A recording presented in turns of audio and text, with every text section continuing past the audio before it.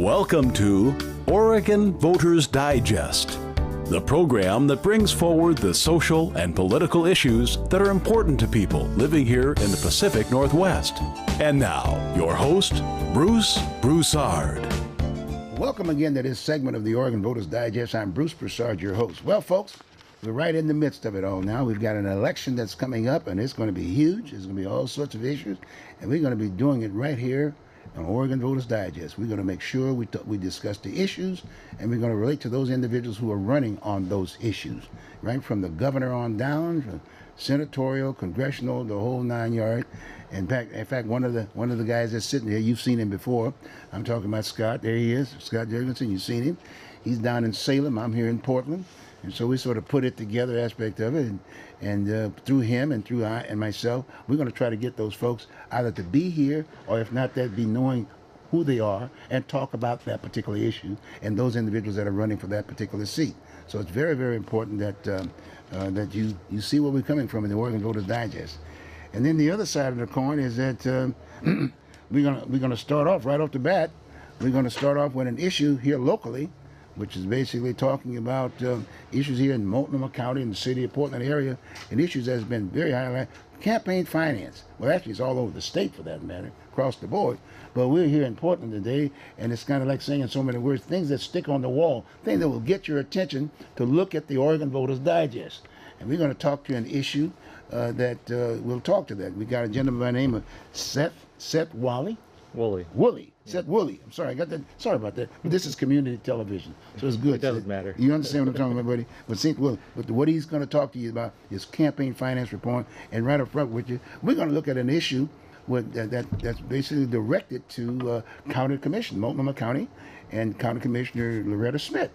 And we're just going to kind of take that. Not that we're saying that we're personally attacking her per se, but my point is that it's probably the thing that will basically bring the issue of campaign finance reform to the table. It'll educate you about what is campaign finance reform, and what does that all mean, the relationship between you're running here in Multnomah County or the state and the Secretary of State's office. But we're just going to give you a holistic view. But the bottom line is that we're going to be starting it off with i.e. Loretta Smith. That should ring you. So I'm sure you'll be very attentive now on your set. Okay. With that, I'm going to just go on and basically introduce Scott Woolley, right? Seth, yeah. Seth Woolley. He was one really going for. I got so much information, Scott. You should stop me. But anyway, Seth's going to go on and start it off. Seth, introduce yourself. He's a member of the Green Party. I think that's good. See, we got the politics right there. Okay, good. There he is right there. Okay, going on, Seth. Talk to us. So first, I'm Seth Woolley, Secretary of the Pacific Green Party of Oregon, and I worked on a ballot reform, or a ballot measure recently for Multnomah County called Measure 26184. Mm-hmm. And what that did is it implemented campaign finance reform for just the offices of the Multnomah County Commissioners in Multnomah County. Okay. And that became effective as of September 1st of last year. Now that was the capping, right? It's just a $500 limit. $500 limit, okay. And no corporate contributions. I'll go over that a little bit. I have some slides which may or may not show up on the screen. And Dan Meek's going to be here 2 weeks from now. Yeah, he'll talk about some more. We'll get more in detail. Yeah, there's a state measure and a city measure. I think he's going to talk about that. Exactly. Okay. On that show. Go on. So first, I don't know if is that just mention. Screen? Okay. Okay, there we go. There you go. I'll just move my head over here.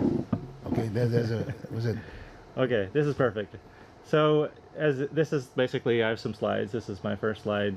There's a URL there if you want to download the slides if you're watching, so you can read them at your own pace, because I might go pretty quickly.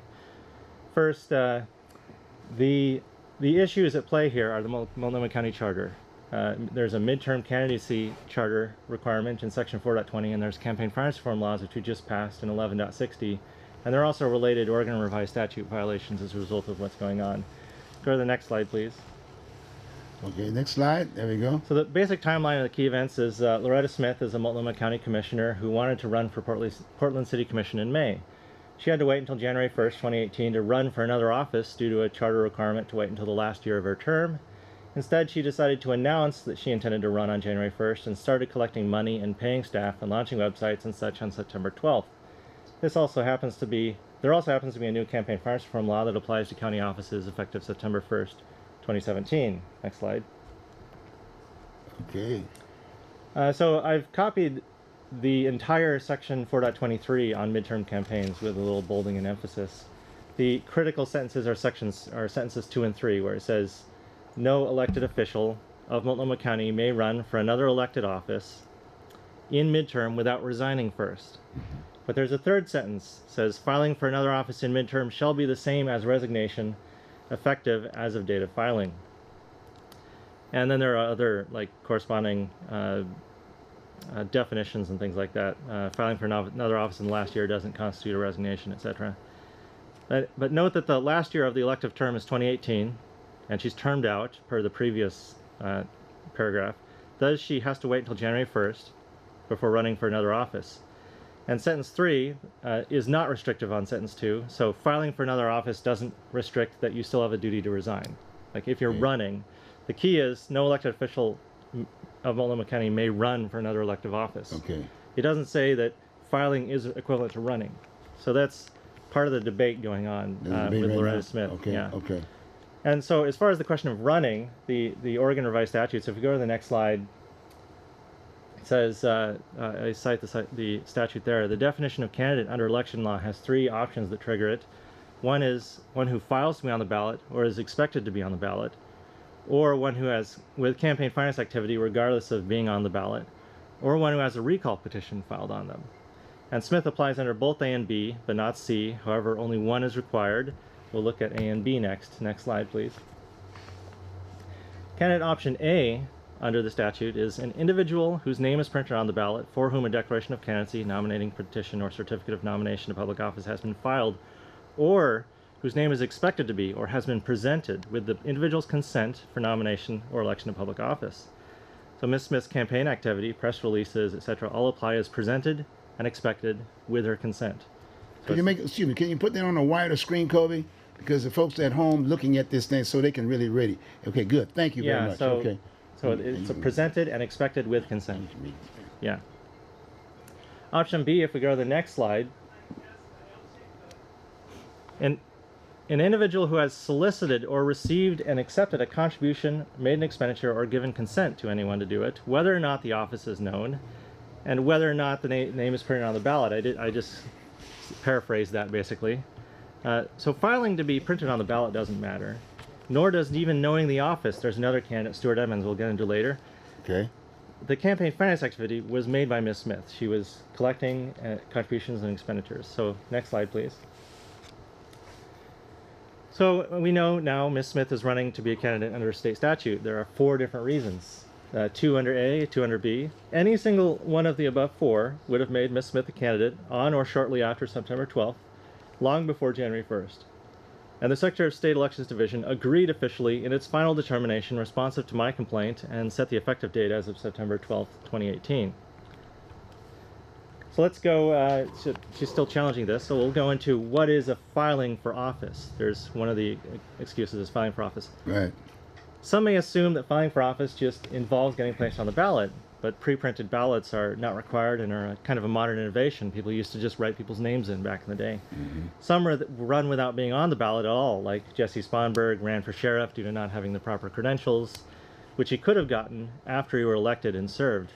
And as I point out in the slide, there are like a whole slew of filings that you have to do to run for candidacy. One is you have to file a campaign account or a certificate of limited expenditures or collect no cash at all. Step 2, you have to file the campaign finance transactions themselves and attested statements, which are a felony if you lie about. Number 3 is filing. You can file for signature sheets for petitioning to be on the ballot. You can also file those signature sheets or just pay a fee. There's also the voter guide statement and certificates of endorsement. These are all filings related to the office. You have to remember you have to not file later to withdraw. Like there's an excuse that, oh well, I hadn't actually made a final decision to run. Well, you can change your mind at any time by filing a withdrawal of candidacy and filing to close your campaign account. Yeah. And if you decide to do none of this, you can still get elected as a write-in. And the last one is if you file you have to file a write-in nomination election acceptance form if elected by write-in. Yeah, and so that's a whole process. I mean, I've been there. So there are all sorts of filings you have to do for office. It's not just filing to be on the ballot. And if we go to the next slide on Miss Smith's defense, she basically says running doesn't matter and she doesn't file. But as I said before, number one, in response to the law doesn't care about running, only that I haven't filed yet. Well, it's not true. The second sentence stands on its own. It doesn't say if you file, you must resign. It says if you run, you must resign. And the state statute is clear that she's running. Automatic resignation is different from the requirement to resign. It sets the effective date when you file. So it's a clarification. It's not a limitation. There are two other sentences in that charter that did limit the second sentence, but not the third one. And another response is, well, she didn't file until January 2nd. Well, she most definitely did file campaign finance transactions. So even if she says, well, it's not about running, I filed later. Well, she did file. She filed a whole bunch of stuff with the Secretary of State. They're just as much a trigger as amending the campaign. And who was the account itself. enforcement officer during this particular time? Who was the guy who was supposed to make the decision and say, yes, she's running or she's not? So they're the Secretary of State and Secretary of county State. and the Director of Elections at the Director of county Elections at the county. and the county attorney also. And the county involved attorney. with Well, it. that was one of the things I wanted to ask about because it used the language expected to run. Okay, well, expected to run by whom and who decides? Basically the public. If you make it clear that you're expected to run, Right. that's basically what it comes down to. Well, maybe other people expect you to run and you have no interest in doing it, right? But they So have a clause how does for that that. work? It's with your consent. So you're expected to run, and you make an indication that you yourself consent to this. Which is to say that you haven't come out and said, no way, I'm not running. Please stop asking. But on September 12th, she issued press releases saying she intended to run. And So who is the with- enforcement officer? That's the key. Yeah, the enforcement Who is officer. the enforcement officer? It's the Secretary Who makes of that State. decision? If it's the Secretary of State, why has he not? But done all that? things things are complaint driven, and that's part of Yeah. the problem. Yeah, We were right. talking about this before Yeah, the show yeah. because in Oregon, with campaign finance, you can raise as much money as you want. Right? There's no limits on that for the most part, especially at the state level. But the caveat, the flip side of that, is that you have to disclose. Right. And the closer you get to the election, the more stringent your deadlines are for reporting requirements. Right. And the penalties can be pretty severe financially. They can hit you pretty hard for large amounts of money if you fail to. So that's why it's important when you're running to have a treasurer, Yeah. a professional treasurer who knows what they're doing, because that treasurer is on the hook. You don't want, say, your spouse to be your treasurer if they aren't familiar with these things, and if they screw up, And it's both of your necks on the line. The candidate is also liable for the Right. treasurer's actions, so you have to pick a That's really the good boss. one. Yeah, a professional who knows what they're doing. So if we go to the next slide, it talks about Miss Smith's political defenses. So in addition to legal defenses, there are political defenses, Right. like double standard. Loretta claims it's a double standard because Jules Bailey, who 2 years before, Former commissioner. former commissioner, Former opted not state to rep resi- before that. Yeah, and former state rep, tried to do a similar thing, and there was no complaint on that. No He did complaint. it 6 weeks before instead of a few months before, and he tried to run for mayor, and he didn't win, and it didn't, like, he eventually went off and did something else anyway. But no enforcement. But there was no enforcement, but we have to note. Because nobody complained. Yeah, I'll get to that. No. First, there are others who have resigned and complied with the law. Bev Stein and Deb Kafoury, both in different situations. It would now legal since last year for somebody like Deb to run for the chair. So that was changed recently. But she was complying with that law. Other people are complying with the law. And second, election law is complaint driven. If nobody notices the issue in detail, the Secretary of State does not investigate, and neither do local elections officials. And it's the same thing with ethics laws, too. Yeah, It's you a have to complaint file process. complaints to trigger investigations. Yeah. And I was only made aware of the midterm violation because I had worked on the campaign finance reform measure, and we were watching everybody's accounts, and lo and behold, there's these large donations going into a county account, and so there are 11.60 violations. And so I asked, well, why is this happening? I'm trying to find the motive, and we Right, figure it out. right. And I'm looking at it and going, oh, it's because of the 4.20 violation. So when I wrote up the complaint for 11.60, I threw in 4.20 to explain to the elections officers this is why it happened. Mm-hmm. And this is why it's serious, because it's a violation in furtherance of another violation.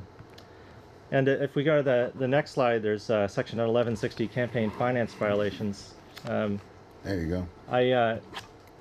Multnomah County voters passed this campaign finance reform law. It applies to county offices as a $500 individual impact limit on campaign donations, bars corporate contributions. There's a small donor committee for PACs that take under $100. There's no limit for those. It also increases transparency on advertising by requiring the top 5 donors to be on an ad. And it's effective September 1st, as the charter and implementing ordinance required it. But is it enforced now? Is it enforced? I thought it was still in court. So it's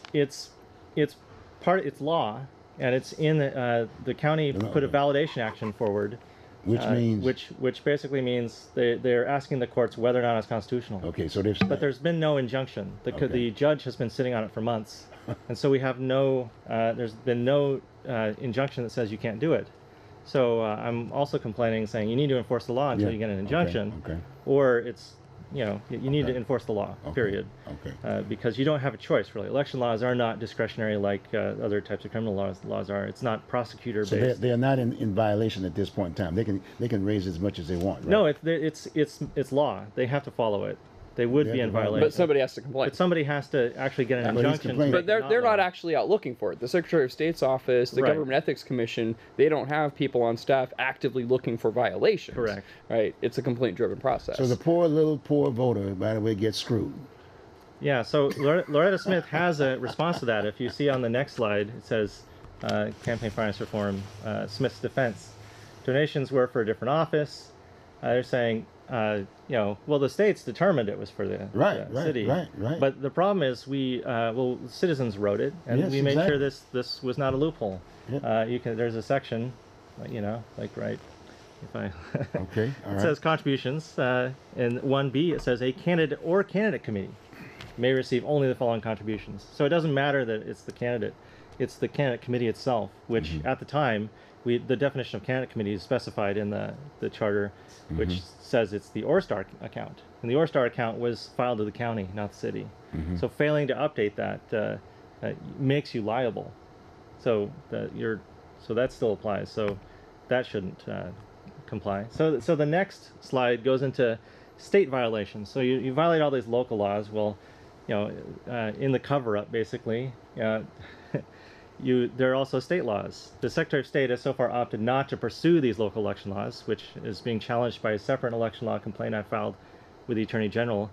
But the second point is state statutes require amending within 10 days of an office change. This is the only thing she was fined for after a formal investigation, which is $250. But the state statutes also have a 10% late and proper filing fee that hasn't been applied yet, and I pointed this out in my formal response. And the state statutes also make lying on attested transactions a Class C felony, which is up to $125,000 fine and 5 years in prison. It makes candidates liable for treasurer actions, plus the treasurer admitted Smith was consulted on the matter, and felonies directed by others are illegal as a conspiracy to commit a felony with equal penalties. So things are not looking good in that regard. So I've submitted that back to the state. And there's an open question now about what about other campaign accounts? This 10-day thing has rarely been filed against. And if we go to the next slide, you'll see it turns out a lot of candidates fail to update their campaign accounts for the next election as required by state statute. It only gives them 10 days. So if you're running for a different office, like you were running for this originally, and now you're running for this office. So the office requires a date. It says, 2018 primary elections, such and such office and position. All of that is part of the office. So any change in that requires an update. That's right. And if you're collecting money, well, like you're a state representative, and you were running in 2016, you won your race. Yeah, now you're running in 2018, and you've been raising money in between. What you should do is immediately update it that you're running for the next office. But most of the legislators are failing to update that. Yep. And so there's, in violation. $177,000 in potential fines. But nobody's complaining. No. Yeah, so I filed a complaint on that because once we show Smith the names, they can go and write. Double standard. And I'm like, no, I'm enforcing election law, so I'm going to file complaints on all of these. And so I did. On all of them. And it's important because without accurate accounts, we don't know what the funds are for, and that's why it's important. If they could be running for Secretary of State or governor, even though they're in the legislature, and we don't know what this money is going for. We don't know what they're telling donors behind our backs. They're like, well, I'm actually going to run for governor, but put it in my legislative account. That's not transparency. It turns out the statutes make it so that you have to actually put it in accounts that matter within 10 days. And if anybody's considering running for two different offices, they can create two campaign accounts and split the contributions and expenditures between them. This is actually guidance that the Secretary of State has given to petitioning campaigns, and it's been done for petitioning campaigns when you have multiple petitions. And so there are ways in the law to comply with them. And the next slide is about Stuart Emmons. The architect Stuart Emmons has raised more than any other Portland City Commissioner candidate, about $80,000. Here in Portland. Here in Portland, without filing any paperwork for a specific new office, and he's putting it into his old 2016 account where the seat is not even up for election. How much does he have right now? $80,000. $80,000. Yeah. So he sent a Facebook message to Bernie PDX asking for endorsement for Portland City Commissioner position 3. I was asking around, like, is he does anybody know what office he's running for? And lo and behold, Willamette Week publishes this article that says he's running for position 3. So I waited 10 days, seeing if he would update his accounts, and he didn't. So on the 11th day, I filed a formal complaint, noting that he has both campaign activity, similar to the issues noted in the mass complaint, plus the fact that a specific seat is known about, communicated to donors, and so it's doubly clear about that violation. And so the last slide is basically what's next. And so right now, I've sued Loretta Smith in Multnomah County Circuit Court using a rarely used writ of mandamus statute that allows citizens via the court to compel non-state local public officials to perform their required duties on behalf of the state. And so there are county officials, county attorney, director of elections, and all other commissioners. They refuse to act, such as declaring the office vacant and setting an election date under 5.004 of the Multnomah County Code. They haven't done that yet, so they're not acting either. State officials have a separate process called the Administrative Procedures Act. The Secretary of State still refuses to enforce local election laws, and I've challenged that with the Attorney General and may appeal that determination under the APA against the Secretary of State. Right. And that's where it is right now, and so yeah, you can ask me any questions you want on that. Well, first off, let me make the point to the viewing audience that, we need to settle some of these things. Now we're getting right in a critical situation. The voters, in all due respect, are in need, if you will, of the background. What do they need to do? And all these people violating the law or whatever. So we need to get down to the point we can look at the issues and discuss the issues. Yeah. So this is very important. That's why we're doing this here on the Voters Digest. And we've got Seth here basically to respond to that whole piece. Okay. Well, Seth, again, who's the enforcement? What does it come to? Who should be enforcing this right now, today? So the funny thing is, in the statute where I complain, if you go down all the way to the bottom of that statute, there's Section 8, where the first sentence of that is, if a filing officer is made aware of any violation, they should proceed as if a complaint has been filed. So there is a state statute that basically, if the filing officer, the filing officer is defined as Secretary of State, right, county elections officials, which would be like city, right, city auditor, director of elections, county attorney, any of these entities that you file election stuff with, they can actually proceed as if the complaint has been filed and enforce the law. Mm-hmm. So while right now it's basically complaint driven because none of these elected officials and these filing officers actually do their job to enforce election law, because they only respond to complaints, mm-hmm, they still have the ability to do it under state law. And it's annoying, but I would have to compel them to do that. And I'm working on that with these actions. Writ of mandamus, right? That's exactly what writ of mandamus is essentially a court order. Yeah, so the writ is actually against Loretta Smith, requesting, basically ordering, mandating that she step down. Mm-hmm. Because she's claiming there's no automatic resignation. And I'm like, well, even if you get around the filing stuff, you're still required to resign yourself. Like, it doesn't matter that, it would be automatic or not from the point of view of the county. You're required to resign under the second sentence. Okay. And so that's why I filed that particular one, because it's the strongest one. She has a responsibility herself, a duty to resign. It's also because there were filings, mm-hmm, that triggers the county having to act. So they should be doing that. So they have a separate duty under the third sentence. Mm-hmm. But the second sentence applies to Loretta Smith's duty. Mm-hmm. She has to resign. Mm-hmm. I'm recognizing that, but at the same time, when you talk about these other entities, if you will, that have violated the law, so they're all under the same tent. Yeah. For other different situations, but still, it's a problem. Okay. So you're saying, if she had done things differently, right? It seems that a lot of your complaint is driven from the fact that she's in her current position, that she maybe kind of waited too long to say, okay, I'm running for this position now, I'll change my paperwork accordingly. Well, all she has to do is, all she could have done is resigned and updated her statement of organization on September 12th. She could have done that and everything would be fine. She could have decided not to announce that she was running. She could have decided not to raise money. But you're saying that now that she has announced that she is running for this other position, because of all this, she needs to resign immediately. Once you announce, you have to resign. Right? But she's basically announced and she hasn't.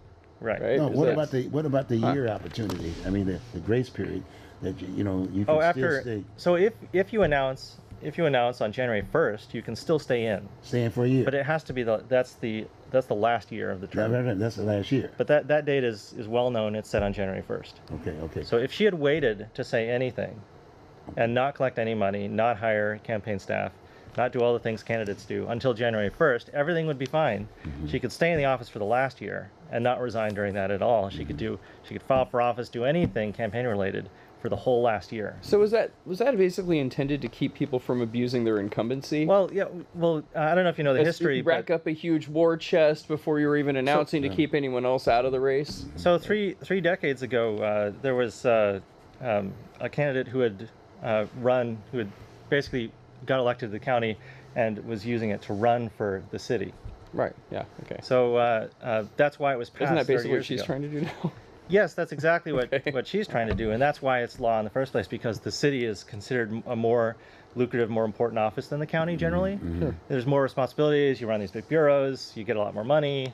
It seems like between the two of them, county commissioner is a better gig. But then let's think about this also, well, it's a lot easier. Jules Bailey just recently ran for mayor. Yeah. And he broke the law. Right. And he's saying, hey, I did the same thing. What's the problem? Yeah. But he was still state rep when he was running But for mayor. there's a statute of limitations. He was the county. So he went from state rep to county, and then was running for mayor. He was in the same county situation. He had a seat, and he basically did the same. But he was running for mayor. Yeah. And he came out basically saying, hey, I did the same thing. What's the problem? Yeah, but when I found out about it, it was beyond the statute of limitations for civil fines. Okay. And so that's Section 7 of 26345, which basically says 60 days after the election, you can't bring it anymore. And so I'm barred to bring at least the civil actions on that. So she's basically trying to do the same exact thing that somebody else did 30 years ago that led to the passage of all these ordinances. Yeah, anyway. it led to the passage of 4.20. It's in the charter. Everyone voted on it. So it's not just in the code. Who was that? Who did that? Was that the chair? One thing about was that? I think it was Blumenauer. It was Earl. Yeah. See, all of them broke the law. No. Well, he did that law didn't exist back then. Yeah, but understand what I'm saying. But they created the law They for created it. the law for it because they were screwing up. They were messing up. You know what I'm saying? My point is and so here we are trying to resolve this issue. So it's not the main issue. So they just wanted to make sure there wasn't a clear path for him. All right, I'm a county commissioner, and I'm just stepping into the city. Yeah. Okay. To give other people an equal chance to compete for the city positions if it came up. Well, they wanted them to do their jobs at the county for a significant length of time, 3 out of 4 of the years, right? Rather than spending the whole last year campaigning for this other office. Or the entire term campaign. But in all due respect, when you start thinking about it, when a person runs, they're running the first day after they've won. It depends on the position. Raising funds. People contribute money. You know what I mean? As you see, those 83 people are taking money, and they haven't even bothered to update their account yet. Did you identify some of the others? I know you talked about Stu. What about some of the others? I think there were some folks down at the state. Didn't you say something about Betsy Johnson? Yeah, Betsy Johnson has raised over $200,000 in cash, and so a 10% fine would be a $20,000 fine if I can get the Secretary of State to agree to this. But here we go again. Folks who already got elected to the office are just kind of, and that's their responsibility. Yeah, some of these people are not even running for office. Yeah. Like Dan Salzman himself, who's vacating the office that they're running for. Yes. Still has $60,000 in his campaign account, just sitting there that he could give to anyone else. Wow. But he decided not to run, and he might retire, and who knows where that's going to go? It has to go somewhere.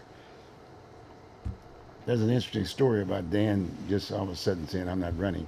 I understand there's some other issues there, but I understand that story. Well, I don't know. Joanne Hardesty announced she was running, and then he decided, not to. Yes, but Loretta stepped in when Dan, it was like the same day basically, or the day after, when Dan said, no, I'm not running again. I guess didn't want to run against Joanne Hardesty. Then Loretta Smith announces, and then there's also Felicia Williams and Andrea Valderrama. And there might be some more. And she's on Wheeler's staff, Ted. Yeah, Valderrama is a staffer Wheeler. on Ted Wheeler staffer. Yeah, I said, what's that all An about? up-and-coming Hispanic woman. Yes, yes. Yeah. Very aggressive group now. Well, I'm just saying. Hey, man, that's what this is all about. It's politics right now. You got me? But there are. It was a little interesting. There was a candidate. I can't remember. Raymond Spencer, I think. Who was a white guy at a bar. He joined in, and basically there was a big social media backlash that he was running against a bunch of women of color. Oh, is that the guy that was the former reporter? Yeah, OPB? and so he backed out. He backed out. Using that. Well, but we want to have a black seat. I mean, it's curious that Stuart Emmons is like why he's been waiting so long. Maybe he had the same issues. He was. But he'll wait. Then he'll jump back in. See. Hopefully we'll come up with some issues like this or whatever. But my purpose for doing this right now is that it's just sitting out in the air and no one's really talking about it. So the idea is bring up an entity that can, as far as I'm concerned, that's what Seth is doing. He's basically laying it right on the table, just staying right up. It's an issue, not just with Loretta Smith, but the bottom line, it's an issue across the board.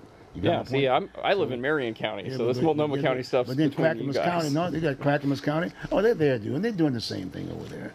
Come on, John. I don't live there either. Come on, Scott. So I typically don't weigh in on local issues places where I do not live. You know them all. You in Salem. I don't have much clout in Multnomah County. You know them in Salem. You've heard of the lively discussion at the county, have you?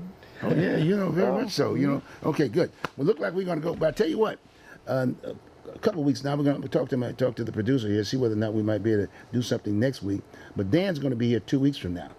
And he was the guy, he's going to spend a little bit more time on this whole issue of campaign finance front. You'll find this very interesting because he's done the cap thing on both the county now, and he's working on the Portland City Council and whatever. But Dan's been quite a while. So, Dan Meek. Dan Meek. Dan Meek's going to be here next week. Okay, fine. Seth, thank you very much. Yeah. This has been great. Got to get you back. Okay, good. All right, my friend. Good enough. I'm going to stick around for a minute. Okay, good. We're going to take a short break, and we'll be right back with our next guest. Take care.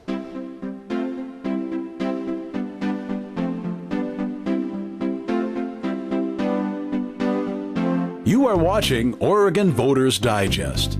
This program can be seen again on these channels on these dates and times. Tell a friend.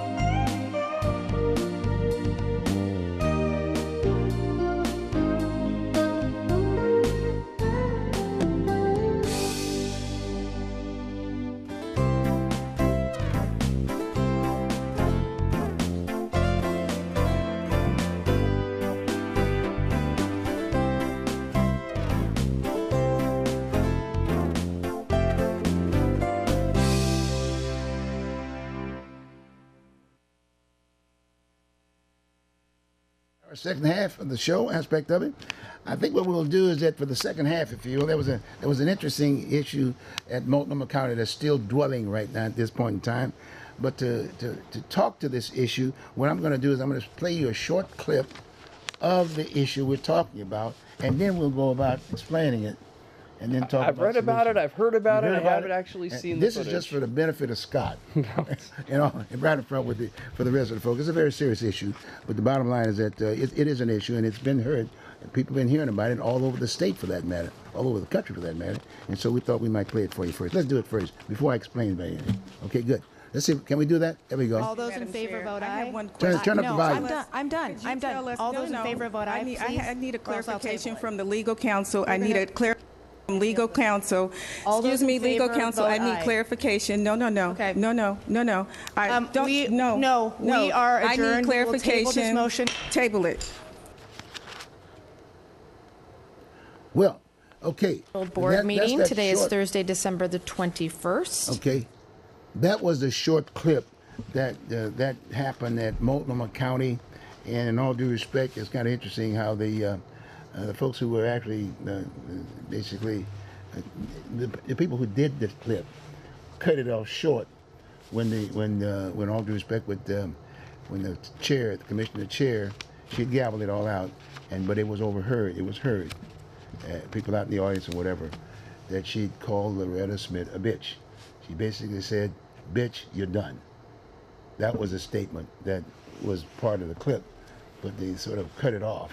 Well, see, And and then- that's what I'd asked about before the show, because I remember there was a time Yeah. when you had an all-female board of commissioners, the Mean Girls Yeah, era, right, I wasn't around for that. Yeah, I wasn't yeah, living yeah, in Multnomah yeah, County. I don't. right. I probably never will. Right. But that kind of reminded me of that, hearing about. But those this was a days. little bit more. It was just me on this point because in all due respect, when you think about it, the whole issue of bitch, and that's why I brought a gentleman that actually spoke about this issue.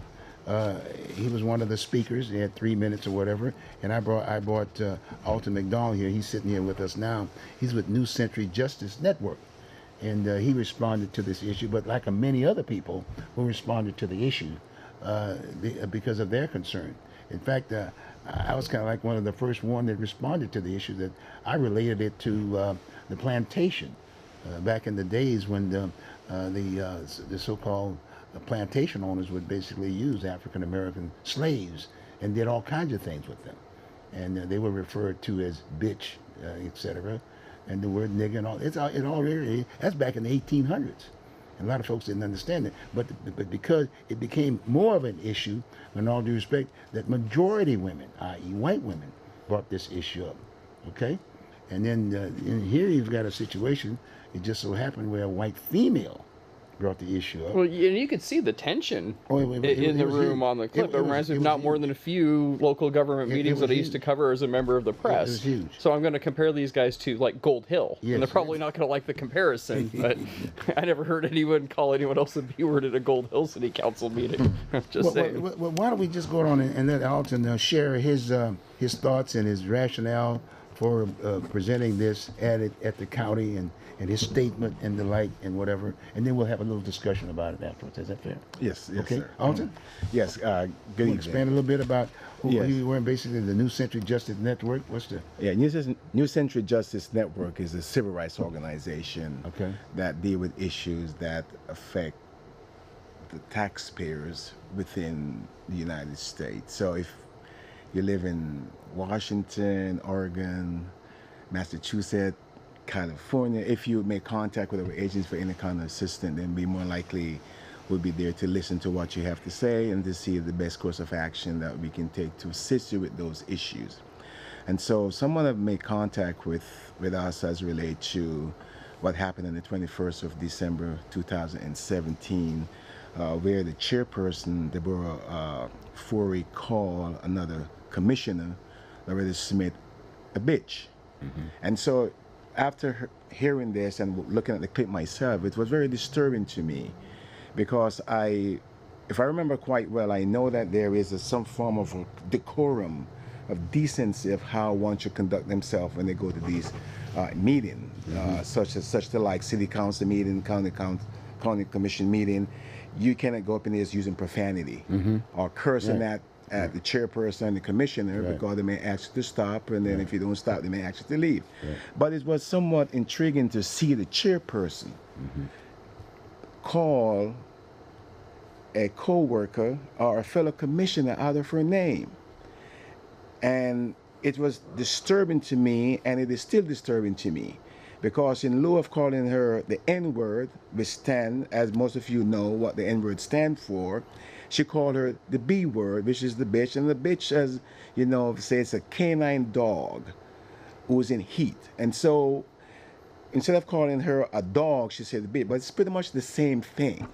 And so I believe, as I rightly stated along with the citizen, that the chairwoman, Kafoury, should resign. And so by her resigning from her position, it would somehow bring back some form of decency to the commission. I imagine if she'd used the N-word, she'd already be out of office, right? I mean, I don't think people would have stood for that. No, Really? not necessarily. No, no, not now, not today. Really? Same thing. I don't know. I think I would hope so. the B word a little more flowery than it would be the N word, because it's more palatable for people to hear this and they say, oh, she made a mistake, versus using the N word to say, no, she really meant it, what she said. I think she meant exactly what she said when she used the B word and called the Commissioner Smith a bitch. And she mean everything that goes along with that, that's derogatory in nature. Everything. And you're right about decorum. I mean, I put a premium on statesmanship, and the vast majority of local government meetings that I covered as a reporter did have that. They were civil. Everyone got along. You just know that there's some lines not to cross. That's how it is in the Oregon Senate, too. You couldn't do that on the floor of the Oregon Senate, right? You can't impugn people's motives. Right. And even when they have floor fights, it's all scripted ahead of time, where you've already, the question that you're about to ask them on the floor, you passed to them and their staff days ago, right? So nobody ambushes anybody on the Senate floor, because similarly, we put a premium on decorum. Yes. And so that's the reason why it's imperative that the chairperson, Kafoury, step down. She should resign. And by her resigning, it will somewhat bring some balance back to the county, because not only the fact that you've used that word in that derogatory form, disparaging language towards a fellow commissioner, but she's telling the employees, the managers of the county, that this is the way you should treat, or you can treat your employees, your subordinate, and then you get away with it. So to bring in the kind of balance, if she resigned now, we are demanding that she resign now, then it will send a strong message to the managers that you cannot mistreat your subordinate. And if you do mistreat your subordinate, there's accountability. And we saw something similar happen over in neighboring Clackamas County lately, where the chairman of the Clackamas County Board of Commissioners took to social media in the immediate aftermath of the Measure 101 bill to slam State Representative Julie Parrish, who had gathered the signatures to put that measure on the ballot, right? He literally, in his social media... Well, what did he say? Screw you, Julie Parrish. Screw you. Okay, that's sexual harassment, right? Well, no, but it's gotten a lot of negative attention for the same reason, statesmanship, decorum. Now, when he ran against then former chair John Ludlow, and the whole campaign against him was, oh, he's a bully. So he ran saying, oh, well, I'm not going to do that, and then here he is. Scott, that's male to male. Yes. See, but it's a male to a female, and especially during the day, it's sexual harassment. He's apologized for it, but some people are still calling for him to resign. So, but still, at this moment in time, you've got the chairs of two of the largest counties in Oregon on the ropes for similar issues involving lack of decorum. Yes, it is. Did he apologize to her while sitting in the seat? I don't think so. I think he did a Facebook post later that said, I said a mean thing. No, he hasn't apologized yet.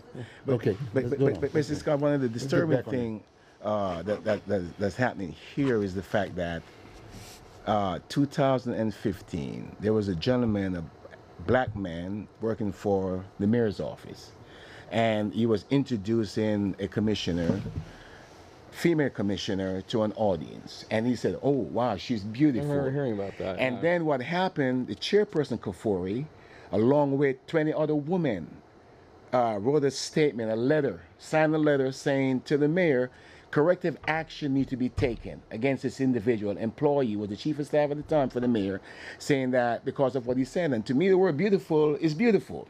In the context that it was used, it's saying that the person that was introduced is a beautiful person. And to me, I'd rather for you to say I'm beautiful than for you to call me a bitch. Now, I imagine there were Yes. other underlying motives in that Yes, whole deal, yes, right? yes. Like some behind-the-scenes stuff, power struggles. Yes. So what happened with that gentleman is that he was later terminated. He was fired. Fired from his position. Right. And that was so- Baruti. That was Baruti Archery. Right. And in fact, you can go through the history of the Oregon Voters Digest, and we had the discussion right here. No, sorry, you and I've talked about it just personally. Yeah. So Right. it's disturbing to me that he said beautiful, the chairperson for the commission said bitch, and she's still in her position. So it's kind of a double standard. Is what Double you're saying. standard. Exactly. And that's the reason why we're demanding that she resign. It being called beautiful Yes. is a whole lot nicer than the alternative here. That's right? correct. Yeah, Exactly. okay. So he gets fired for a compliment, and she's still hanging on there after an insult, a very Well, public insult. in all due respect, that's a sensitive issue right now. We still don't clearly, especially during these particular times, don't clearly understand the definition of harassment. That's You know what correct. I'm Yes, saying? yes. We don't. We've gotten a list of what you can and can't not do yet. It's still Yes. kind of in the making. That's Well, correct, a lot yes. of it, if there's a power dynamic, and essentially if you're making someone uncomfortable, That's sexual like, is harassment. kind of Yes. the broad definition there. Yes. But then people say, "Oh, he just said broad. That's sexual harassment." Like, no, I'm not. I'm talking the actual dictionary definition of broad. So even though Commissioner Smith said to the chairwoman, Kafoury, that I need for you to apologize to me, it is still painstaking to know that the chairperson, the chairwoman is still there. And it is so painful, it's beyond the adjective that I would use to describe how painful it is. And the only way that you can start healing, that this county can get back to where it should be, is that Commissioner Kafoury resign. And we are demanding that she resign. We're going to continue to demand her resignation. And for she needs to understand that this is not the way that you conduct business at the expense of the taxpayers. You can't do this. It's wrong. So in the previous segment, we had a gentleman calling for the resignation of Loretta Smith, and now you're calling for the resignation of Kafoury. That's correct. So you say, these two are fighting, here's the answer, get rid of both of them. Well, no, that's not what he said. He was educating us across the whole, because it was not just Loretta Smith. There's a whole bunch of folks. He was educating us about this He law. said word for word he wants her to resign immediately. That elected officials who were garnering money and putting it in their pocket and doing all kinds of things, and they still just throwing the can down the road. That's where I'm coming from. Down that piece. But this piece, that's another situation. I don't know, if the both of them are sitting there using taxpayer dollars to fight with each other, then maybe they should both step down. I don't know. Once again, I live in Marion County. I don't have a dog in this Yeah, fight. you look like you Yes. do. But see what happened. I've been a candidate running for office, Yeah. and misusing that office Right. for whatever Right. reason. It's Right. totally different from calling someone out Yes, of their that's name. definitely. Once you're Using- already in using- office, you're expected to behave like a statesman or stateswoman, Exactly. if that's the word. Yes, exactly. And so using disparaging words, using just terms that's defy logics, and I was talking to a friend of mine the other day, and I've said even the four-legged animal get better treatment than the black man, the black woman, the black child in this America. Four-legged beast. If you hit a dog right now, and someone see you hit that dog, they call the police, they're gonna arrest you right away. And then if you are someone that is noted, PETA, the organization to protect animals from cruelty, gonna be at your front step, demanding some kind of action, some kind of civil penalty against you for the four-legged dog or animal, whatever it may be. Now you are the human being, Homo sapien, standing up, right? And no respect, none whatsoever. And it's unacceptable. And that's the reason why we're demanding that the chairwoman Kafoury resign. She should step down. Well, when you're a presiding officer and you're the chair, one of your duties, one of your jobs, right? You've got the agenda, you've got Robert's Rules of Orders, Yes. parliamentary procedure, all that stuff. But the idea is to maintain order. You stick with the agenda, you keep things moving. I mean, I only saw that last clip there, right? The last few minutes of it. It doesn't seem like she had a good feel. Like you got people speaking over each other. It didn't seem like order was being maintained. But being a good chair, being a good presiding officer is an art form. And I've seen some people do it really well. I've seen some people do it not so well. But ideally, your meeting should be about 2 hours long. It should be productive. You should be able to get through everyone on the agenda, but everyone gets heard and walks away feeling good. That's right. And But some people can do that and some people can't. But the other point about that whole piece, there were 4 commissioners sitting there besides the chair. That's correct. Yes. And they had no discussion after that was done. Well, it looked like she was just trying to gavel out and get them out of there. No, but right? my point is that there were commissioners representing their respective districts. They should have said something. They should have said something. They should have had that discussion. And in fact, the question that was being asked of the sitting attorney about what was going on, what the concerns were, that should have been given the opportunity to express this. That's right. She was not given that opportunity to do that. The commissioners, once she walked off, in all due respect, the other commissioners, the other 3, other than Loretta, should have directed the attorney. That's right. Look, Yes. answer her question.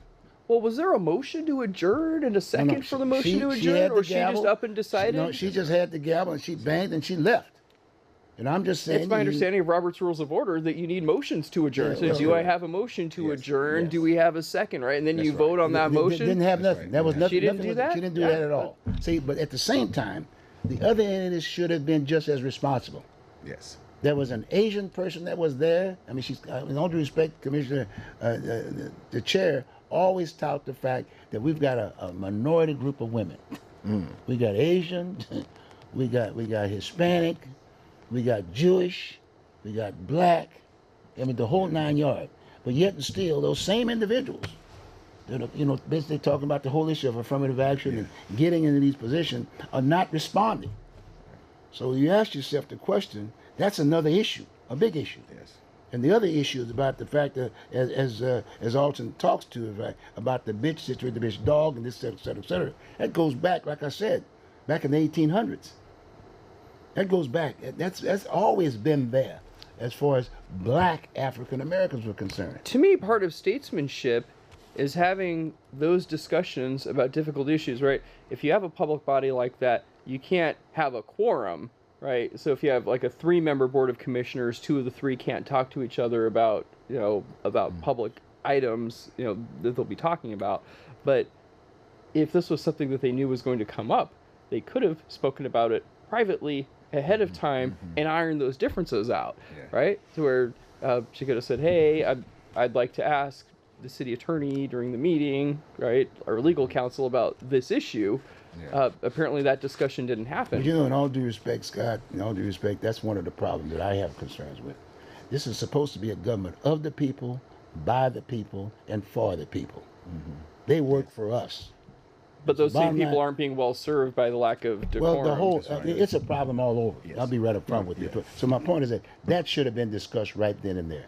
And those other those other commissioners, as far as I'm concerned, to me were more responsible. They violated the deal more. So, hey, wait a because minute, they we should can't have end been this sitting. meeting. There was no motion to adjourn. No, but they should have discussed that issue because that's one of the major issues we're talking about. What was the issue? We're talking about race. Yes. Race was thrown on the table, but no one it threw it under the table. But what was the issue they were hoping to discuss with the attorney? What do you mean, attorney? No, she asked the attorney to explain a point about her appointment, if you will, to a sitting employee as an alternate for her position. That's what the question. And Kafoury just didn't want to have the They want- discussion. they want- good. And so you saw where the disrespect continues. Yes. So I Yes. call you a bitch. Yes. And now I'm going to Yes. continue disrespecting you, let you know I'm in charge. Yes. And I can do this and gather Yes. the meeting to a Yes. close. Yes. So that's the reason why I'm saying she needs to resign. And Chairwoman Kafoury has stepped over too many lines. And for any person of good conscience and any form of decency to say that it wasn't that bad or she should remain in their position, making over $200,000 a year, taxpayers' money, is unsatisfactory. And we should not agree that she remain in that position. She should step down. And Well, she did should they- do it now. Did they reach out to you after you made your statement? Did any of the staffers come to you and said, look here, I'd like to maybe give you a little bit more than 2 or 3 minutes to discuss the statement that because you had a written statement. Yes, I did. And, Yes. you gave this to all of the commissioners. That's correct. Yes. Did anyone contact you or just suggest that they'd like to chat with you about this issue? No. Nobody did. Nobody did. See, because normally a lot of times what happens, you know, the chair and other commissioners would say, well, look, I'd like for you to hold on for a moment, and my staff will talk to you about this piece, and the staffer would come up and then either wait for me afterwards. She would make that statement. They would make that say, you can wait for me afterwards, and we can have this further discussion. Or in essence, looking for a solution. Yes. Okay, that was the key. That was the other thing about this piece. You know what I mean? So that's a very serious. So my point is that it's still on the table, and it should be a kind of an example to any other situation. Well, and to me, decorum and statesmanship also involves not letting personal issues and personal disputes get into the public sphere, but it happens a lot more often than it should, right? Because at the end of the day, this shouldn't be about personalities, it shouldn't be about egos, it shouldn't be about petty vendettas. It's about serving the people of Multnomah County. Yes. And I don't think, once again, as a Marion County resident who doesn't live in this county and never will, I don't think the public is well served by that kind of behavior, as opposed to doing the people's business And I've seen situations in respectful ways. I've seen situations about okay, look like we got about a short minute or whatever. This has been a hectic discussion. Look like I'm going to have to cut this baby off. We have to come back, but the bottom line is I want to make sure that we got this kind of out there, and we should have a discussion about this piece, and I'm sure we will at the county. I think they've got some things they're looking at a solution to the program. Okay, so with that, I want to thank you very much, Alton, for being here with us. You're welcome. Scott, it's always a pleasure. Okay, and so we'll be getting together again. And folks, hey, discuss this issue with you among yourselves. Take care. I'll see you next time around. Have a good one.